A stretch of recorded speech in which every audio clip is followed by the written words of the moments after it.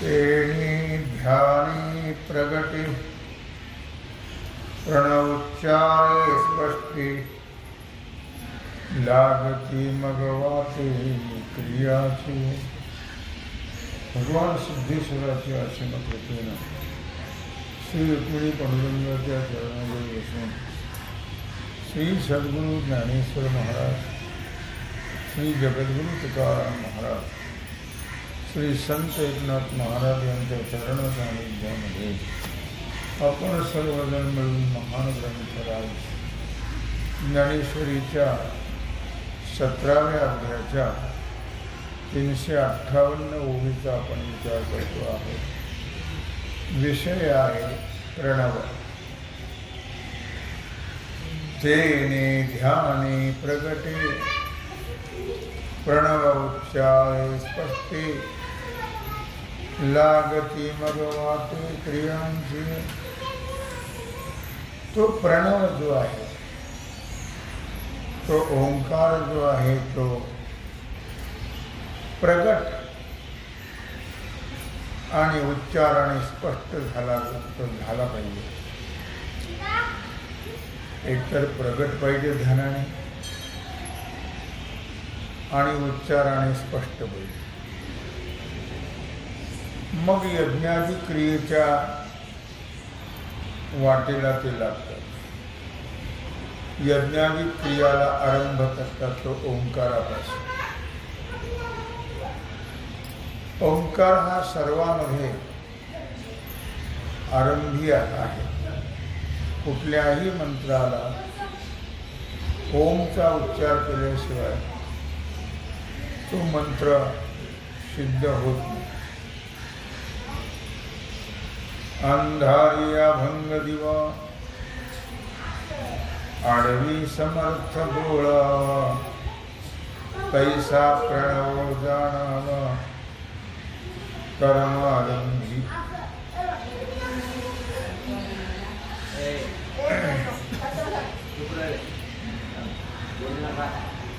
अंधारी अभंग दिवा,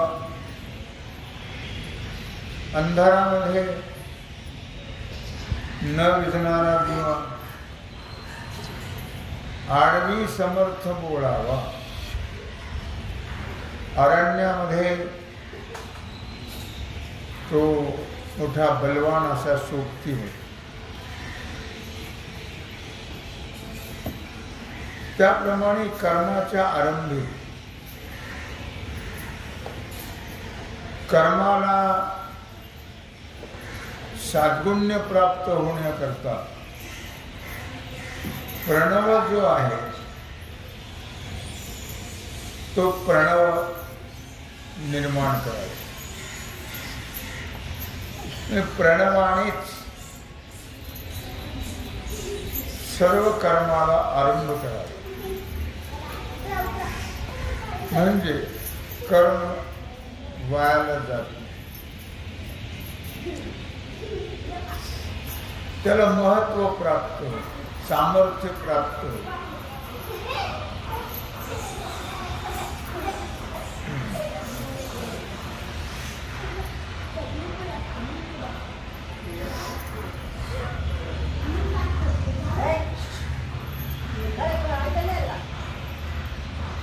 उचित देवतोद्देशे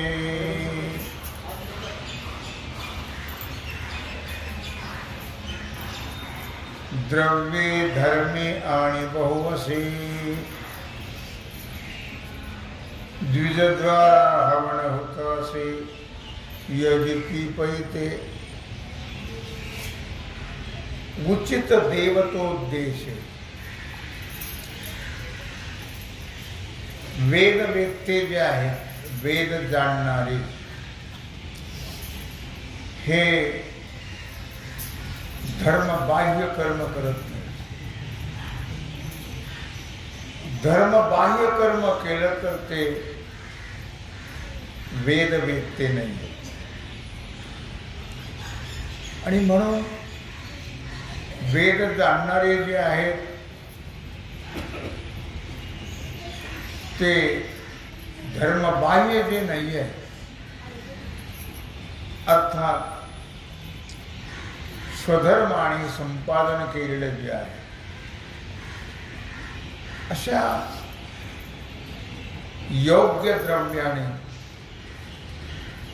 द्रव्ये धर्मे आणि बहुवशे स्वधर्माने सत्कर्माने स्वकष्टाने मिळवलेलं धन जोडोनिया धन उत्तम व्यवहारी असं जे द्रव्ये धर्मे आणि बहुवशे असं जे धर्माने संपादित केलेलं जे धन आहे ते उचित अशा योग्य अशा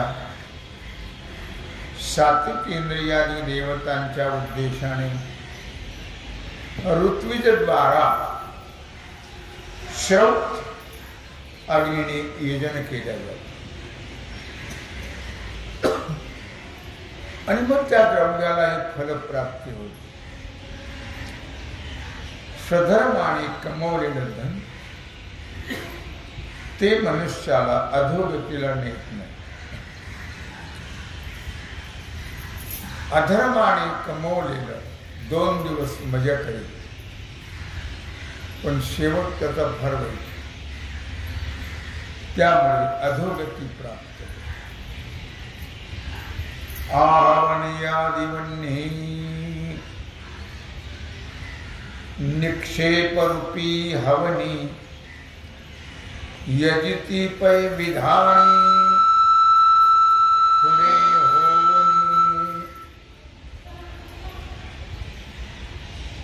होवनी अहवनीयादी हवनी वेद जाणणारे जे आहेत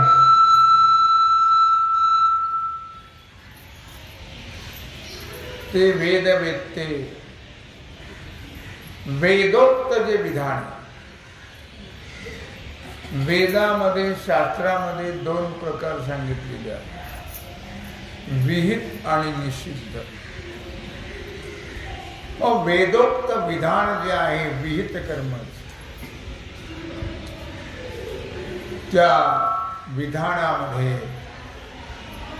निष्णात असणारे आहवनीय अग्नी दक्षिणाग्नी गार्हपत्य त्याचप्रमाणे सभ्य असे जे अग्नीचे प्रकार आहेत त्या अग्नीमध्ये स्वधर्माने अर्जित केलेलं द्रव्य त्या द्रव्याचं प्रक्षेपण रूपाने हवनाने यज्ञ केला जातो. फार काय सांगू म्हटले अर्जुना. किंबहुना नाना याग निष्पत्तीचे घेऊन अंग करीती नावडते या त्याग उपाधीचा. फार काय सांगू म्हटले भगवान म्हणतात अर्जुना. किंबहुना नाना याग. नाना म्हणजे अनेक प्रकारचे. यज्ञामध्ये पुष्कळसे प्रकार आहेत. त्या अनेक प्रकार यज्ञाच्या उत्पत्तीने जणू काही क्रियात्मक हे शरीर त्याचा स्वीकार करून न आवडणार देहेंद्रियादी ऐहिक भोगा करता उपाधीचा त्याग केला जातो. कुठल्याही प्रकारे उपाधीचा स्वीकार केला जात नाही.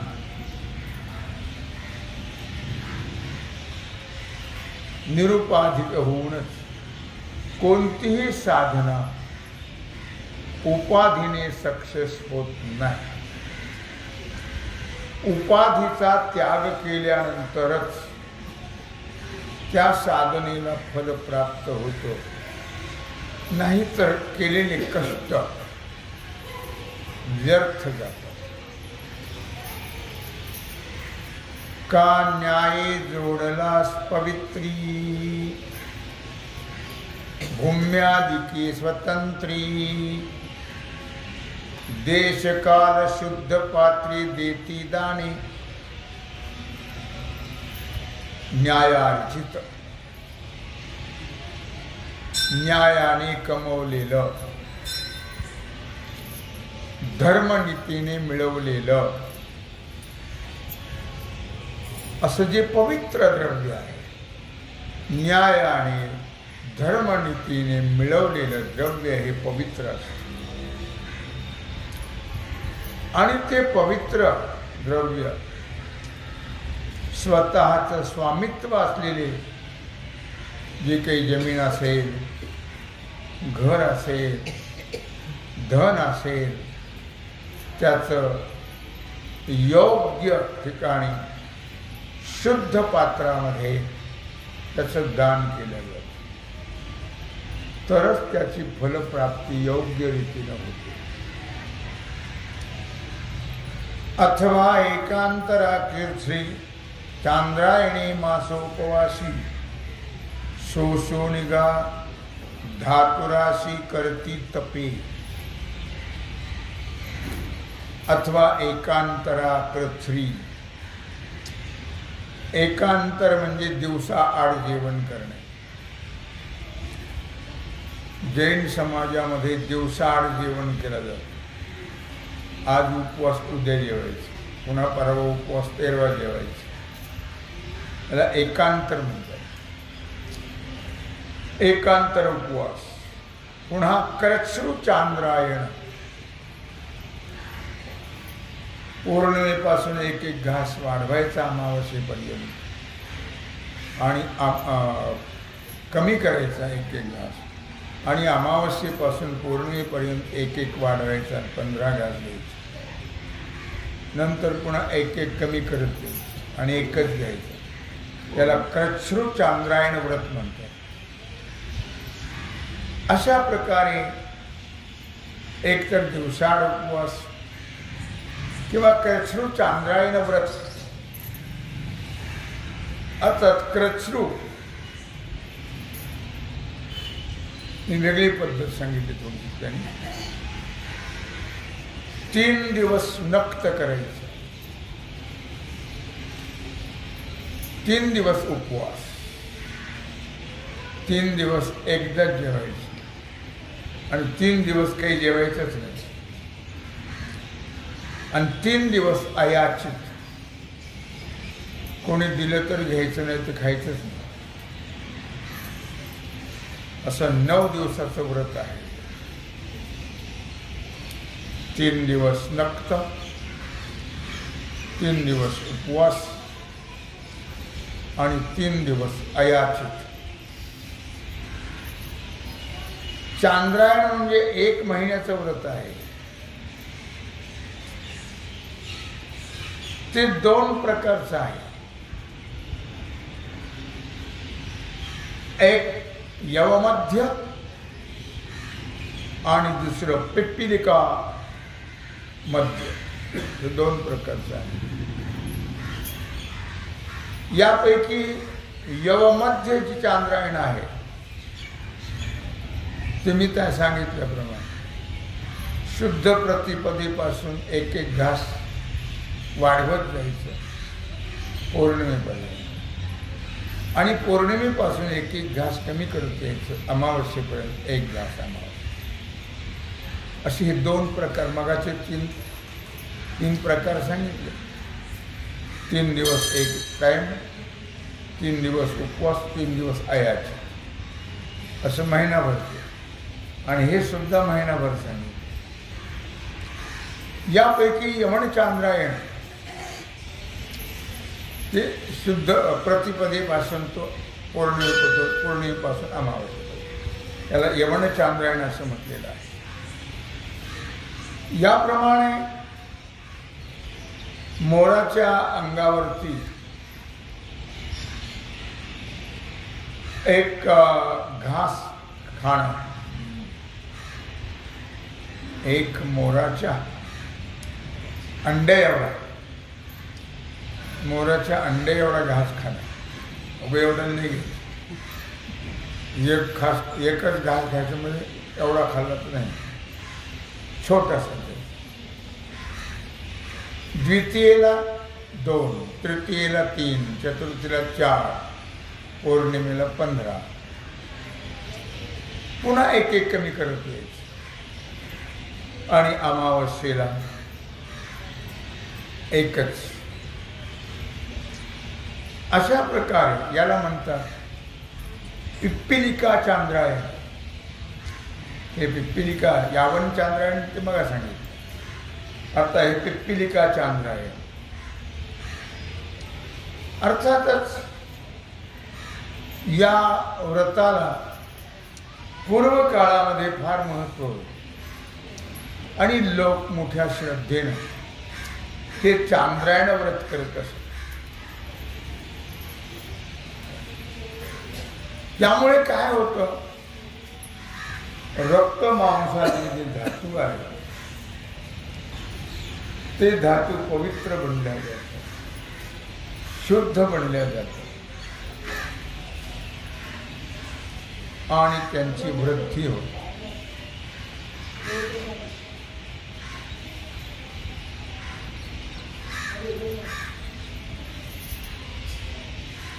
एवं यज्ञदान तपे जे गाजती बंधरूपे तीच होय सोपे मोक्षाचे तया. एवं भगवान सांगतात अर्जुना, याप्रमाणे जे यज्ञ, दान, तपादी कर्म बंधरूप म्हणून प्रसिद्ध आहे आणि त्याच कर्माने त्या वेदवेत्यांना प्रणवाचा उच्चार या कर्मामध्ये आरंभी, मध्यंतरी आणि शेवटी यांनी काय होतं, त्यांना मोक्षाचं फल प्राप्त. तिहीची होय सोपे मोक्षाची तया. मोक्ष फल त्यांना प्राप्त. स्थळी नावाजिया दाटीजे जळी तियाची जेवी तारीजे तेवी बंधकी कर्म सुटीजे नामे येणे. मी तुम्हाला आता बंधकी कर्म सांगितलं. हे जे चांद्रायण वगैरे व्रत आहेत हे बंधकी कर्म आहे. यज्ञ यागादी हे बंधकी कर्म आहे. स्थळी नावाजिया दाटीजे जळी तिया तेवी तारी. पाण्यामध्ये नाव असेल तर ते तारून नये. त्याप्रमाणे हे बंधकी कर्म जे आहेत त्या बंधकी कर्मातून या ओम नामाने सुटका होते. या ओम नामाने बंधकी कर्माचा बंध नष्ट होऊन मोक्ष प्राप्त होते. असं महत्व आहे.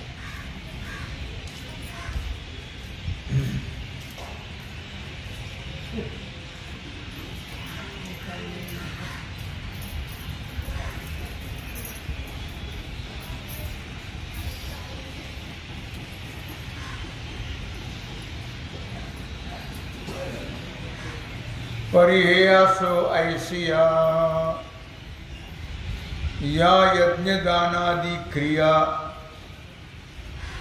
ओंकारे साविलिया प्रवर्तती. ओंकाराचं महत्व सांगलेलं आहे. परिहेयासो ऐसिया. भगवान सांगतात अर्जुना, परंतु आता ओंकाराचा विषय पुष्कळ सांगितला. आता पुढे तात्पर्य एवढंच आहे की याप्रमाणे वेदवेत्ते जे आहेत या ओंकाराच्या द्वारे वेदवेत्ते क्रिया करतात आणि या ओंकाराच्या साहाय्याने त्या क्रियेमध्ये कर्मामध्ये प्रवृत्त होतात. फल मोक्ष. बंधकी कर्माचा नाश होऊन त्यांना मोक्ष प्राप्त होतो. तिया मोटकिया जेत फळी रिगोपाती निहाळी प्रयोजती ती एकाळी सत्त शब्द तो. त्या क्रिया जेव्हा फलद्रूप होतात त्यावेळी किंचितसा प्रवेश त्या फळामध्ये करू पाहतात. त्या क्रिया लौकिक फळ देतात त्या, पण तेव्हा त्या लौकिक फळाचा भोग प्राप्त होऊन बंध निर्माण होते. कारण कोणतंही फल, कर्मफल जे आहे ते जीवाला बंध निर्माण करणार आहे. म्हणून निष्काम भावनेने जर कर्म केलं तरच ते मोक्ष देतं, नाही तर बंध निर्माण करतं. कर्मानुबंधीनी मनुष्य लोक, तो बंदिस्त होतो, बांधल्या जातो त्या कर्माच्या फलाने आणि त्याकरता ते भोगण्याकरता पुन्हा जन्म घ्यावा लागतो. म्हणून वेद वेदते ओम तत् शब्दाचा उच्चार करतात. तत् म्हणजे काय? तत् म्हणजे त्या परमात्म्याला समर्पित. तत् म्हणजे तो परमात्मा आणि त्याला समर्पण करतात.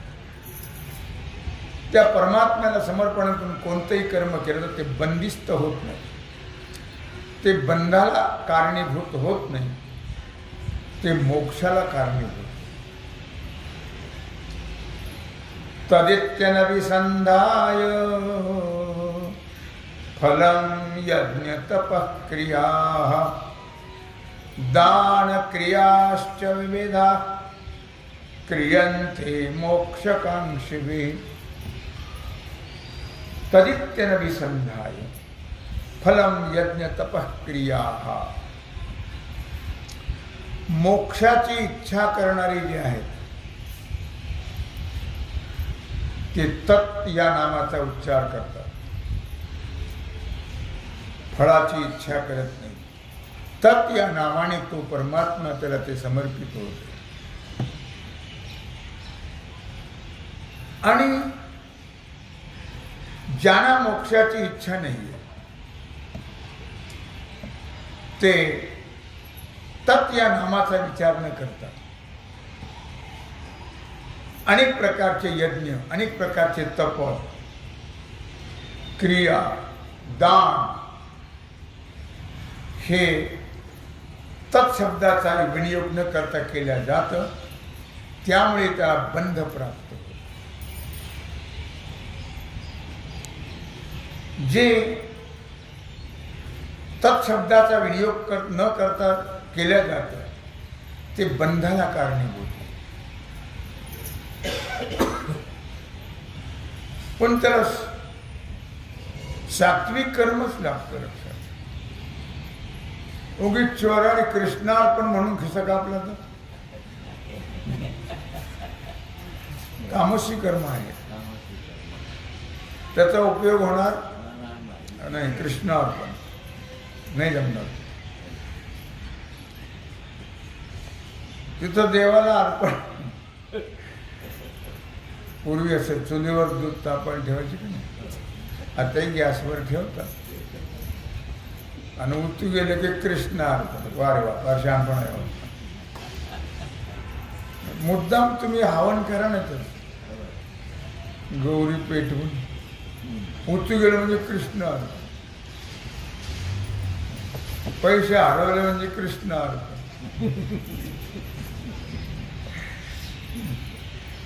देवाला बनवतात की नाही, देवाला फसवतात. देवाला देव इतका भोळा आहे का?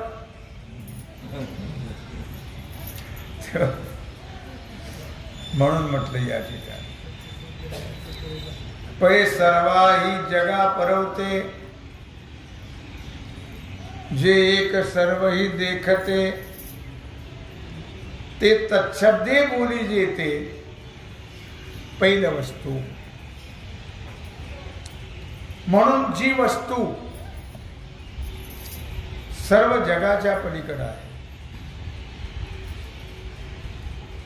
उत्पत्ती रहित आहे, नाश रहित आहे, सर्व व्यापक आहे जी वस्तू, आणि जे एकच आहे, पुन्हा स्वगत सजातीय विजातीय भेद रहित आहे, जी सर्वांना पाहणारी आहे, तिला सर्व अंगाला डोळे आहेत आणि ते सर्वांना पाहते. अंधारात ते पाहते, बॅटरी पण नाही पाहते. साक्षी रूपाने ती आहे. कार्य कारण भावाच्या पलीकडे आहे, अविनाशी आहे आणि अविकारी आहे. त्या ठिकाणी विकार आहेत का? अस्ति, जायते, वर्धते, विपरिणमते, विनश्यति, हे विकार आहेत का? हो, नाही आहेत. लक्षात हे अविकारी आहे, विकार रहित आहे. ब्रह्म वस्तू तत् या शब्दाने सांगितलं. ओम तत्सत, ती ब्रह्मरूप ब्रह्म आहे आणि त्रिकालाबाधिक आहे. ते सर्वाधिकत्वे चित्ती तद्रूप ध्यावणे सुमती. भगवान अर्जुनाला विशेषण देऊन बोलतात सुमती, हे सद्बुद्धिवान अर्जुना. सुमतीच होता तो. उच्चारे ही व्यक्ती आणि ती पुढती. हे सुबुद्धिमान अर्जुना, ती ब्रह्मवस्तू जी आहे ती जगाचं अधिकारण आहे, जगाचं अधिकारण आहे. या धर्माने तिचे चिंतन करावं, या ब्रह्मवस्तूचं. आणि नंतर ओम तत्सत या नामाच्या उच्चाराने ब्रह्मवस्तूला व्यक्त अवस्थेत आणावे आणि मग परोक्ष ज्ञान जाऊन अपरोक्षात जावे. मनती तद्रूपा ब्रह्मातया फळेशी क्रिया इया तेची होतो आम्हा भोगावया काहीच नुरो. म्हणती तद्रूपा ब्रह्मा इया,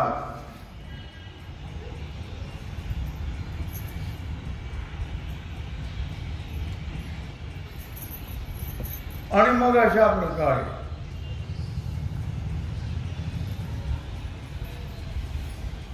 तद्रूपा ब्रह्मातया फळेशी क्रिया इया तेची होतो आम्हा भोगावया काहीच नुरो. मनामध्ये असा विचार केला जातो, मनात असं म्हटलं जातं की फळासह या ज्या क्रिया, हे जे कर्म आहे ते तद्रूप असणार ब्रह्म, तत्रूप तत्स्वरूप असणार ब्रह्म, त्या ब्रह्मालाच होत, त्या ब्रह्माला समर्पित होत. किंवा ती सर्व कर्माची फळे जी आहे ती फळं ब्रह्मस्वरूपाला समर्पित हो. आम्हाला भोगण्याकरता काहीच शिल्लक न राहो, त्याला ब्रह्मार्पण क्रिया असं म्हणतात. ऐसे तदात्मके ब्रह्मे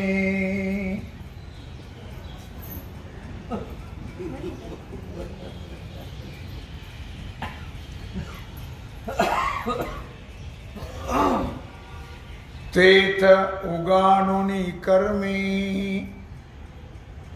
अंग झाडती न ममे एने बोले. याप्रमाणे ते तत्स्वरूप असणार ब्रह्म, त्या ब्रह्माकडे सर्व कर्माचा सर्व फलाचा हिशोब देतात. आणि न मम, माझं काहीच नाही आहे, मला काहीच नको, अशा प्रकारचे कर्म आणि त्याचं फल हे भगवंताला अर्पण केलं जातं. आणि मग ते अंग झाडून मोकळे राहतात. आपल्याकडे कुठल्याही प्रकारचं तादात्म्य ते घेत नाहीत, अहंकार घेत नाहीत, फळाची इच्छाही करत नाहीये. आता ओंकारे आदरणे तत्कार्य समर्पित. ओंकाराने आरंभ करायचा आणि तत्शब्दाने समर्पण करायचं. तत् ब्रह्म आहे ना. ओंकारे आदरिले, ओंकाराचा प्रथम उच्चार करायचा आरंभी, कर्माच्या आरंभी, आणि मग कर्माला सुरुवात करायची. आणि तत्कार्य समर्पिले, आणि तत्स्वरूप असणारं जे ब्रह्म, त्याला त्या कर्मफलाचं समर्पण करायचं. त्याचं तादात्म्य घ्यायचं नाही, ते घ्यायचंही नाही. या रीती जया झाले ब्रह्मत्व कर्मा. अशा प्रकारे या पद्धतीनं या रीतीने ज्या कर्माला ब्रह्मस्वरूपता प्राप्त होते ते कर्म कर्त्याला बंधाला कारण होत नाही, मोक्षाला कारण होत. असं भगवान ओम तत्सत या मंत्राचं महत्व, सामर्थ्य, क्रिया आणि फल सांगत आहे. तेव्हा झालेली सेवा भगवत चरणी समर्पण करून राहिलेला जो सेवेचा भाग आहे तो आपण उद्या पाहू. पुंडलिक वरदा